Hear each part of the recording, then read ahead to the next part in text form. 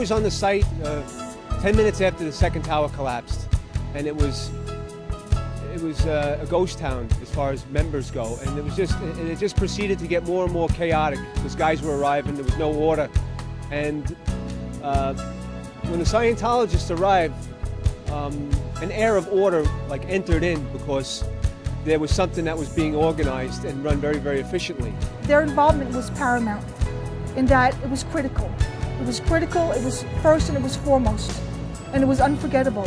There's a lot of very highly stressed, worn out, exhausted rescue people here, and your contribution to helping them to deal with their problems and deal with their upset emotions and to have some tranquility and rest has been a very productive and very worthwhile effort. On the disaster site, there was the Scientology ministers group that was of great help, soothing our minds, talking to us, trying just to make our mind clearer. Although we were all down there working on adrenaline, it was still helpful to have them keep us, keep you uplifting and keep you motivated to do what you had to do. We kind of get a lot of the credit, but I think a lot of the credit has to go to the people on the outskirts, such as, the Scientology minister volunteers and such that, provided us with comfort while we were down there at a time when we needed it, probably more than most people understand or realize. Well, I just want to say thank you.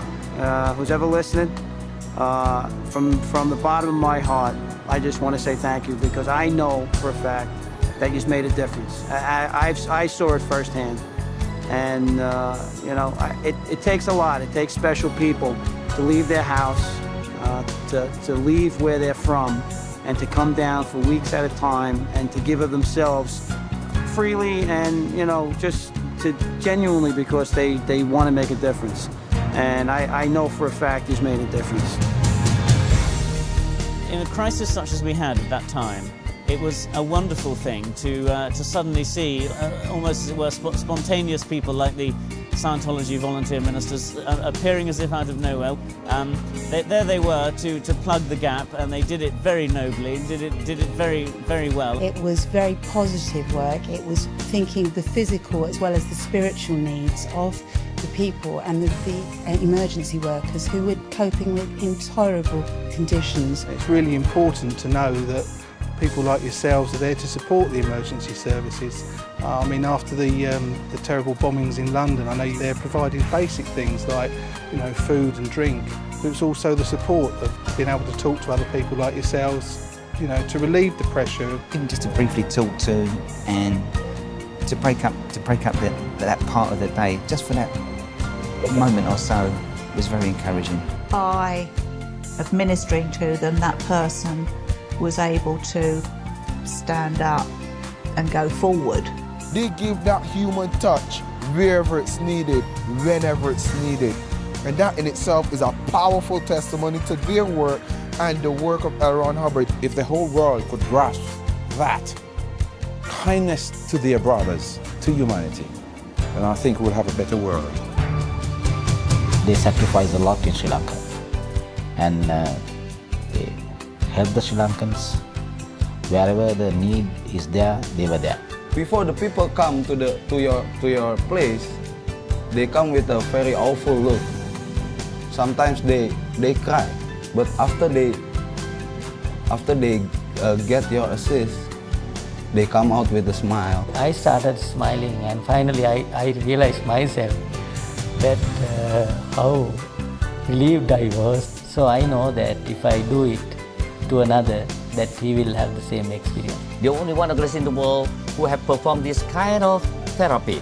I think it is more important than the material assistance to the people. They need Scientology first to cure and to mend their spirit and their soul. Just follow the way that L. Ron Hubbard did for us. Don't let him alone. We can join, we can lean forward with him. There's a new life to come. We have to put up a new building, and it's a correct foundation has come. So the foundation has given by you. It's very hard to explain the feeling inside my heart, but I don't know what to say. Thanks a million on behalf of the Thai people.